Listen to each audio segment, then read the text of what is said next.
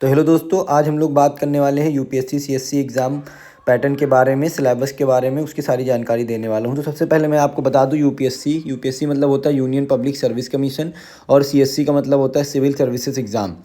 तो यूपीएससी जो होता है वो सीएससी एग्ज़ाम को कंडक्ट कराता है, जिसमें कि आपको रैंक्स होती हैं आईएएस, आईपीएस, आईएफएस।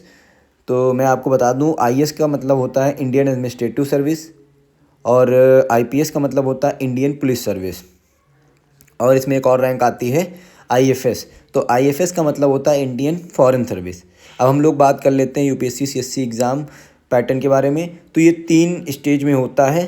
सबसे पहला स्टेज इसमें होता है आपका प्रीलिम्स, स्टेज 1, और फिर स्टेज 2 में आ जाता है मेंस, फिर स्टेज 3 में आ जाता है आपका पर्सनालिटी डेवलपमेंट या इंटरव्यू। तो प्रीलिम्स में आपके 2 पेपर होते हैं, जिसके मार्क्स फाइनल मेरिट में नहीं जोड़े जाते, और मेंस में आपका डेप्थ नॉलेज, मेंटल एबिलिटी और राइटिंग स्किल्स आपकी अच्छी होनी चाहिए। और इंटरव्यू में क्या होता है, पर्सनालिटी डेवलपमेंट टेस्ट होता है, जिसमें कम्युनिकेशन स्किल्स और आपकी सोचने की क्षमता को देखा जाता है। फिर हम लोग बात कर लेते हैं प्रीलिम्स के बारे में। तो प्रीलिम्स में 2 एग्ज़ाम होते हैं, मतलब कि जैसा फर्स्ट होता है पेपर 1 जनरल स्टडीज़, और फिर उसके बाद आ जाता है पेपर 2 सीसैट। अब हम लोग बात कर लेते हैं जनरल स्टडीज़ में 100 क्वेश्चंस होते हैं। एच क्वेश्चन 2 नंबर का होता है, टोटल 200 मार्क्स के होते हैं, 1/3 की नेगेटिव मार्किंग होती है। और ये जो होता है, इसके पेपर जो है फाइनल में नंबर जो है इसके जुड़े जाते हैं। और फिर इसका हम लोग बात कर लेते हैं सीसैट का। तो सीसैट जो हमारा होता है, इसमें 80 प्रश्न आते हैं, 2.5 मार्क्स का एक प्रश्न होता है, और इसमें भी 1/3 की माइनस मार्किंग होती है।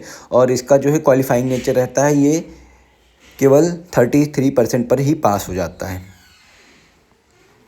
तो आगे हम लोग बात कर लेते हैं प्रीलिम्स सिलेबस के बारे में।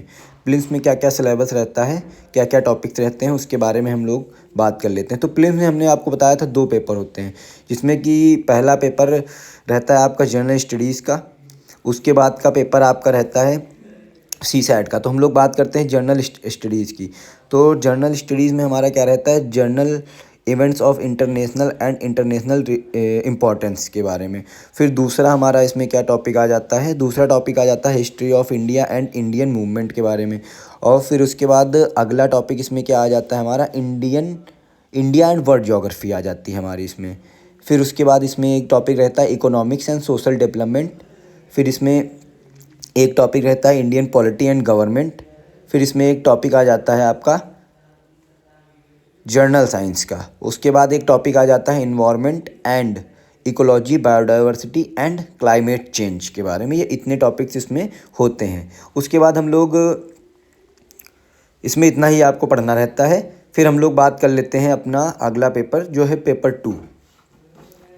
तो पेपर 2 में क्या होता है, इसमें आपका पेपर 2 इसमें आपका रहता है, सबसे पहला कंप्रीहेंशन एक आ जाता है, उसके बाद आता है interpersonal skill including communication skills, ये आपका एक टॉपिक होता है। और फिर इसके बाद इसमें एक टॉपिक आ जाता है आपका logical reasoning and analytics ability, ये आपका एक टॉपिक रहता है, इंपॉर्टेंट टॉपिक है काफ़ी। फिर एक आपका आ जाता है decision making and problem solving, ये भी टॉपिक अच्छा है। फिर उसके बाद एक आ जाता है जर्नल मेंटल एबिलिटी। फिर उसके बाद आ जाता है बेसिक न्यूमेरिक्स, जो कि क्लास 10 के लेवल का होता है। उसके बाद इसमें एक टॉपिक आ जाता है डेटा इंटरप्रिटेशन, वो भी क्लास 10 के ही लेवल का रहता है। तो ये आपके हो गए प्रीलिम्स के दोनों पेपर्स के बारे में डिटेल सिलेबस। अब हम लोग इसमें बात कर लेते हैं मेंस के एग्ज़ाम के बारे में, क्या पैटर्न रहता है मेंस का। तो मेंस में इसमें टोटल आपके 9 एग्ज़ाम रहते हैं, जो कि डिस्क्रिप्टिव रहते हैं। अब इसमें जो पहला एग्ज़ाम, जैसे एक एस्से हो गया, एक आपका जनरल स्टडीज़ हो गया, एक आपका ऑप्शनल हो गया, एक आपका लैंग्वेज पेपर हो गया। अब एस्से में क्या होता है, एक पेपर होता है 250 मार्क्स का। जनरल स्टडी में क्या होता है, 4 पेपर होते हैं 250 मार्क्स के। और फिर उसके बाद इसमें एक आ जाता है ऑप्शनल में 2 पेपर होते हैं 250 मार्क्स के। और फिर इसमें लैंग्वेज पेपर में भी 2 ही पेपर होते हैं क्वालिफाइंग मार्क्स के।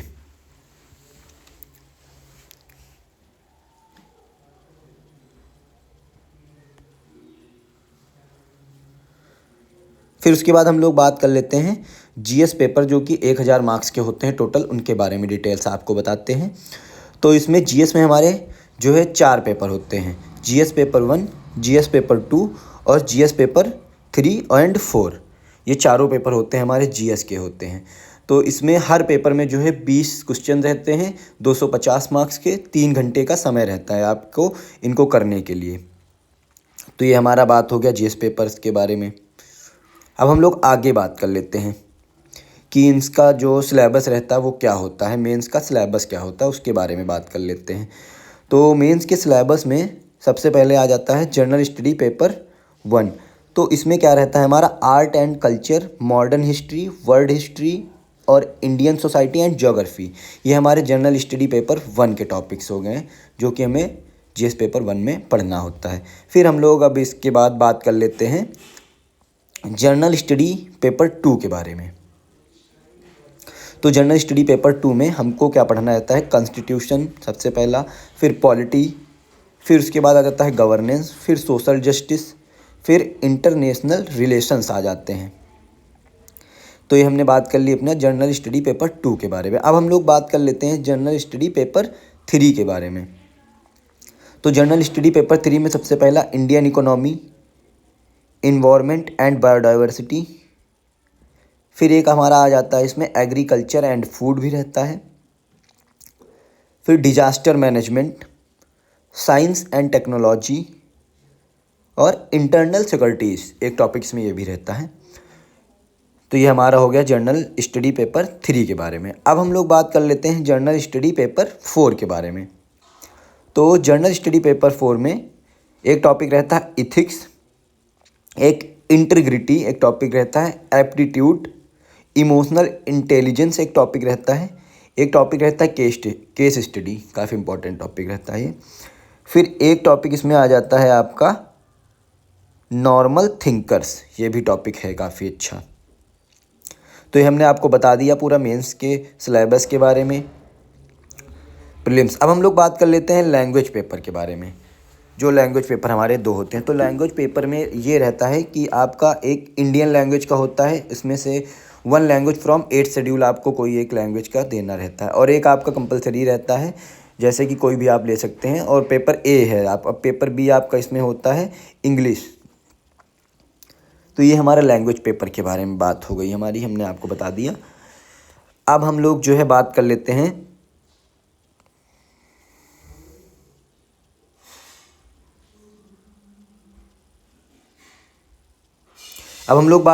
इंटरव्यू के बारे में। इंटरव्यू का क्या पैटर्न रहता है। तो इंटरव्यू में आपका पर्सनैलिटी टेस्ट होता है सबसे पहले, 250 मार्क्स का रहता है, 275 मार्क्स का रहता है सॉरी। फिर उसके बाद test communication skills, problem solving ability and decision making ability. तो ये मैंने आपको तीनों पैटर्न्स के बारे में बता दिया, प्रीलिम्स, मेंस, इंटरव्यू। अब हम बात कर लेते हैं फाइनल रैंकिंग के बारे में। तो फाइनल रैंकिंग इसमें क्या रहती है हमारी, ये हम लोग देख लेते हैं मेंस और इंटरव्यू के मिला के। तो फाइनल रैंकिंग में मेंस जो हमारा 1750 मार्क्स हो जाते हैं टोटल, और इंटरव्यू जो हमारा 275 मार्क्स का हो जाता है। तो इसका टोटल जो हमारा रहता है वो 250 मार्क्स का रहता है। तो हमने आपको पूरी डिटेल बता दी है। बाकी आपको वीडियो अच्छी लगी हो तो वीडियो को लाइक करिएगा। हमारे साथ यूपीएससी जर्नी में जुड़ने के लिए हमें फॉलो ज़रूर कर लें। और इसमें मैं आपको कुछ टिप्स के बारे में बता देता हूँ। सबसे पहले इसमें आपको अपना सिलेबस को अंडरस्टैंड करना है, उसके बाद अपने फोकस करना है करंट अफेयर पे, फिर उसके बाद अपने प्रीलिम्स के टॉपिक्स को हल्के में नहीं लेना, उन पे भी अच्छे से फोकस करना है। तो बस मैं यही कहना चाहूँगा। मिलते हैं अगली वीडियो में, तब तक के लिए बाय बाय।